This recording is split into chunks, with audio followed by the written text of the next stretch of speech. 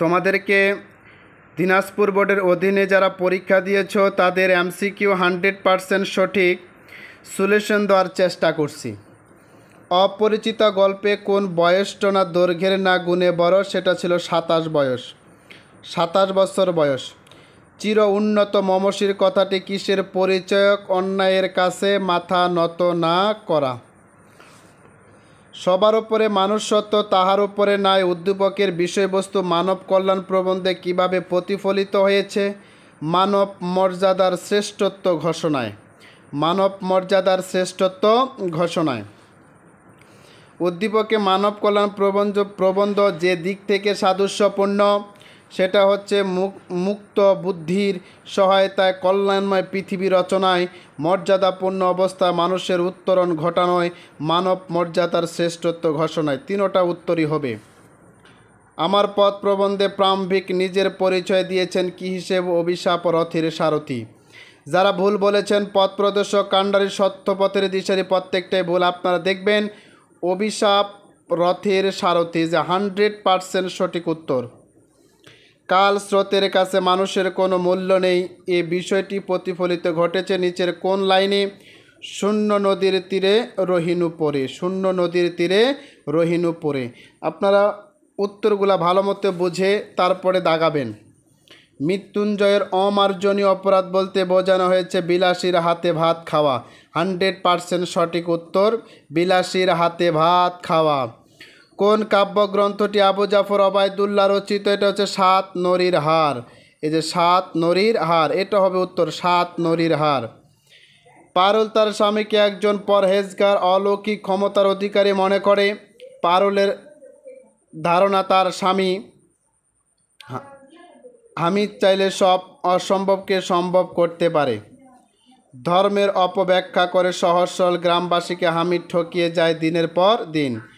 উদ্দীপকের হামিদ আর লাল সালু উপন্যাসে মজিদ উভয়ের স্বার্থ রক্ষার উৎস হলো প্রতারণা, এটাও ঠিক। ধর্মভীতি, এটাও ঠিক। সরল গ্রামীণ জীবন, এটাও ঠিক। Is 100% right.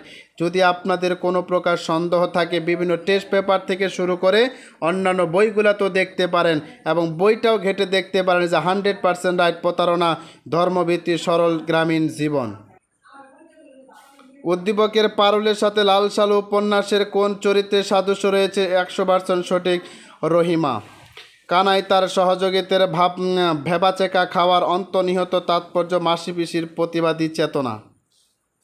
সোনার তরী কবিতায় সোনার ধান বলতে বোঝানো হয়েছে মানুষের সৃষ্টিকর্ম। মানুষের সৃষ্টিকর্ম ভালো মতো মিলিয়ে দেখবেন, প্রশ্নগুলা যাচাই বাছাই করে তারপরে দাগাবেন ভাই।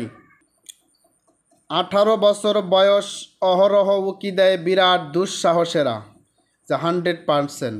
গাহি সাম্যের গান, মানুষের চেয়ে বড় কিছু নাই, নহে কিছু মহিয়ান। উদ্দীপকে ভাব প্রতিদান কবিতায় কোন ভাবটি প্রকাশ করেছে? সেটা ছিল সাম্যবাদ। উদ্দীপকের আলোচ্য কবিতায় প্রকাশ পেয়েছে মানুষের প্রতি ভালোবাসা আর হচ্ছে মানুষের প্রতি শ্রেষ্ঠত্ব। মানে 1 আর 3 উত্তর 100% ঠিক। ভাষা শহীদের ঝলকিত রক্তে বুদবুদ কোনটি? এটা হচ্ছে কৃষ্ণচূড়া। সাইদ সবে মাত্র 18তে পা দিয়েছে, পরিবারের ওপর নির্ভরতা পরিহার করে মাথা উঁচু করে স্বাধীনভাবে বাঁচার জন্য বুলেটের সামনে ও বুক পেতে দিতে দ্বিধা করেনি। উদ্দীপকের সাথে 18 বছর বয়স কবিতায় যে চরণটি মিল রয়েছে, বিপদের মুখে এ বয়স অগ্রণী, ইজ 100% সঠিক উত্তর। মুক্তিযুদ্ধের সময় নুরুল হুদা কয়বার ভাষা পরিবর্তন করে? সেটা ছিল 4 বার, ইজ 100% রাইট, 4 বার উত্তর। মহব্বতনগর গ্রামে মানুষের জাহেল বলা হয়েছে কেন? পীরের মাজার ফেলে রাখার জন্য। পীরের মাজার ফেলে রাখার জন্য। বিলাসীর করুণ পরিণতির জন্য দায়ী ছিল তৎকালীন রক্ষণশীল হিন্দু সমাজ ব্যবস্থা। মৃত্যুঞ্জয়ে সাপুরে হওয়া, ইজ 100% সঠিক উত্তর। মাতৃস্নেহের সন্তানকে একদিকে পরিবেষ্ট অন্যদিকে আধিক্য সন্তানকে, এটা ছিল অনুপম। উক্ত চরিত্রের কোন বিষয়টি প্রাধান্য পেয়েছে? ব্যক্তিহীনতা।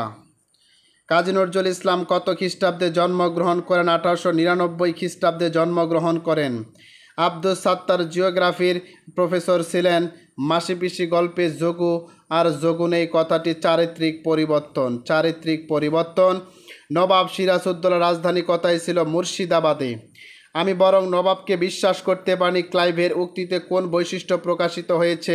দুটাই, নবাব দেশপ্রেম চেতনার শ্রদ্ধা আর মির্জাফরের প্রতি অনাস্থা। স্যার এই দুটা উত্তরই হবে, যে দাগাইছেন ওইটা যে কোনো একটা নিয়ে নেবেন।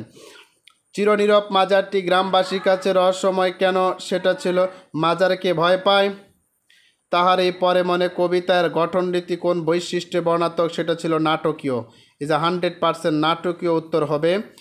তাহার এই পরে মনে কবিতার কবিকে বসন্তের বন্দনা গীত রচনা করতে গিয়েছেন কবি ভক্ত। পরবর্তী বাংলা দ্বিতীয়র যে সাজেশনটা দিব এটাও যদি আপনারা নেন আশা করব অনেকটাই কমন পড়বে। ভালো থাকুন, সুস্থ থাকুন, আল্লাহ হাফেজ।